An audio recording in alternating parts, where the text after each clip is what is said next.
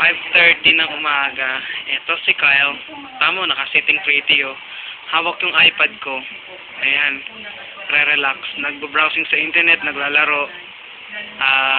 Ano pa ba ginagawa niya? Yeah, nag-delete din ng mga application. So, good luck. But anyway, dahil ang ginagawa niya. Ayan. Oh, aga-aga. Continue natin. Ayan. So, ito. Aha. Inuubo pa. Malaki ng diaper. Yep. Kailangan ng change diaper din to. Oh, sorry lang, bossing. Bossing, sorry lang. Ayan. Tama, oh. Busy yan. Simula ng umagang 4 o'clock, nagising na. Ayan.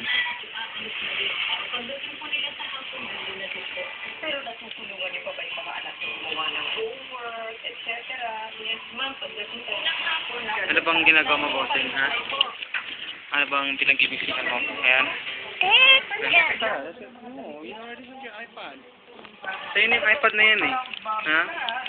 That's your iPad now. That's not daddy's anymore.